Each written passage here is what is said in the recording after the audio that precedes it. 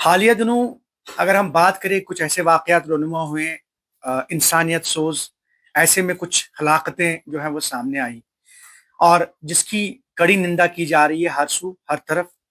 اور اگر ہم بات کریں سیاسی اکھاڑوں کی تو کئی سیاستدان جو ہیں اس پہ ابھی پولیٹیکل سٹیٹمنٹس ایشو کر رہے ہیں، اور ساتھ میں اگر ہم یہ دیکھیں کہ تعزیت پرسی کے لیے جو ہے کافی لوگ آ رہے ہیں، امڑ رہے ہیں۔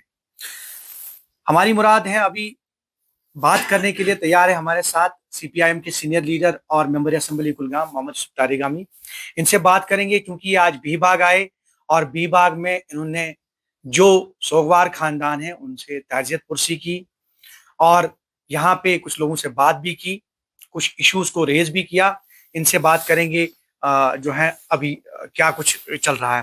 سر آپ یہ بتائیے کہ آج آپ بی باغ آئے تو بی باغ میں آپ نے سوگوار خاندان سے تعزیت پرسی کی، کل ملا کر ایسے واقعات اس سے ہٹ کر جو سوپور میں واقعہ ہوا یا ابھی کٹھوا میں، تو اس طرح کے واقعات، چونکہ آپ اسٹیٹمنٹس کے حوالے سے کیا کہنا چاہیں؟ سب سے پہلے میں یہ کہوں گا کہ جہاں تک میں ابھی بہی باغ سے آیا ہوں اور کافی دلدوز واردات ہے یہ۔ آپ نے خود مشاہدہ کیا ہوگا کہ 4 بچیاں، چھوٹی چھوٹی بچیاں، بزرگ ماں اور مرحوم کی بیوی جو ہے ابھی زیر علاج ہے ہسپتال میں۔ کیا حاصل ہوا اس سے ان کے لیے، ان کو جنہوں نے اس واردات میں حصہ لیا؟ یہ گھاٹے کا سودا رہا ہے ہمارے لیے جہاں تک جموں کشمیر کا تعلق۔ تو ہمارے برگزار ہیں، گریو یارڈز ہیں، مر گئے۔ کس گولی سے کون مرا الگ سوال ہے، لیکن مرے ہمارے ہی۔ اور اس وجہ سے میں یہ کہوں گا، تجربہ یہی بتا رہا ہے کہ وارداتیں، اس قسم کی وارداتیں المناک ہیں ہر ایک کے لیے۔ آنسو آنسو ہے، آنسو کو مسکراہٹ سے تعبیر کرنا افسوسناک ہے۔ اور اس وجہ سے ہمارے لیے یہ لازم ہے، سوسائٹی کے لیے لازم ہے، چاہے ہمارا نقطہ نگاہ الگ الگ کیوں نہ ہو، سوچ الگ الگ کیوں نہ ہو، ضروری ہے کہ ہم سبق حاصل کر لیں۔ اور میری نظر میں تشدد ہمیں راس نہیں آیا ہماری زمین کو، ہمارے سماج کو، ہمارے ماحول کو۔ ایک ذمہ داری بن جاتی ہے ہم سب کی۔ اور اس کے علاوہ یہ واردات، اس کی تحقیقات ہونی چاہیے، اور جو لوگ ذمہ دار ہیں قانون کے دائرے کے اندر کھڑا کیا جانا چاہیے ان کو۔ لیکن آج مجھے اس افسوسناک جو واقعہ ہے، اس میں جو اہل خاندان ہے، ان کے رشتہ دار ہیں، بلکہ پورا بہی باغ جو ہے ماتم کر رہا ہے، رو رہے ہیں، ایسا کیوں ہوا؟ لیکن اس کے ساتھ ہی کچھ لوگوں کو جو قانون کی مشینری ہے، اگر ان لوگوں نے قانون کی پرواہ نہیں کی جنہوں نے یہ واردات کی، تو قانون کے محافظوں کو یہ وردی جو ہے نا، چاہے ہمارے پولیس کرمچاری کی، فوجی جوان کی، یہ وردی علامت ہے قانون کی طرفداری کی، قانون کے محافظ ہونے کی۔ تو اس لیے تحقیقات بھی ہو، لیکن قانون کے دائرے کے اندر ہو۔ پکڑ دکڑ، اندھادھن، اس سے کوئی مسئلہ آج تک حل نہیں ہوا، امن قائم کرنے میں مدد نہیں ملی۔ اور ہمارا ماننا یہ ہے کہ امن قائم ہوگا ہمارے اعلان کرنے سے نہیں، صرف لاٹھی چلانے سے نہیں۔ امن قائم ہوگا جب آپ لوگوں کو نزدیک لانے کی کوشش کر لیں گے، ان میں جو بد اعتمادی ہے اس کو دور کرنے کی طرف توجہ دیں گے، اور ان کے مسائل جو ہے لازمی طور پر جموں کشمیر کے عوام کے سامنے کئی معاملات رہے ہیں، تاریخی طور پر، سیاسی طور پر، سماجی طور پر، ان کا حل نکالا جانا چاہیے۔ تو لازمی طور پر اس کے لیے دروازے کھلے رکھنے ہوں گے، دل کے بھی اور سرکار کے بھی۔ تو کہنے کا یہ مطلب ہے کہ ڈائلاگ کا پروسیس ہر سطح پر جاری رہنا چاہیے۔ یہ سرکار کے لیے لازم ہے زیادہ، کیونکہ ان کی بڑی ذمہ داریاں ہیں۔ اور ساتھ ہی ساتھ ابھی آپ نے فرمایا کہ جو بارہ مولہ میں ہوا،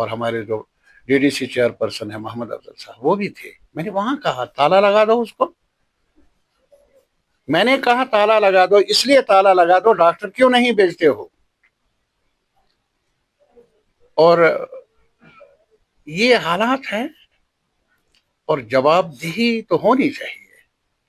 اور جواب دہی سڑک پر نہیں, ضرورت ہو تو سڑک پر بھی, لیکن فی الحال اسمبلی میں وہ اہل اقتدار کل کے ہوں یا آج کے ہوں, میں ہوں یا آپ ہوں, جواب دہ بننا ہی پڑے گا عوام کے سامنے, عوام کے رائے کے سامنے. بہت بہت شکریہ. اور محمد سلف طارق ہم بات کر رہے تھے CPIM کے سینئر لیڈر اور ممبر اسمبلی کلگام. انہوں نے کہا برملا پہلے یہ کہ بحالی امن کے لیے کوششیں جاری رکھنی چاہیے, اور اس کے ساتھ ساتھ انہوں نے کہا کہ آنے والے سیشن میں جو اسمبلی کا سیشن ہونے والا ہے اس میں عوامی مسائل کو ضرور جو ہے وہ ابھارا جائے گا, اس پہ بات ہوگی تاکہ کہیں نہ کہیں ان چیزوں کا تدارک عمل میں لایا جائے. Zahoor Rizvi, news 18 network, بیباگ کلگام.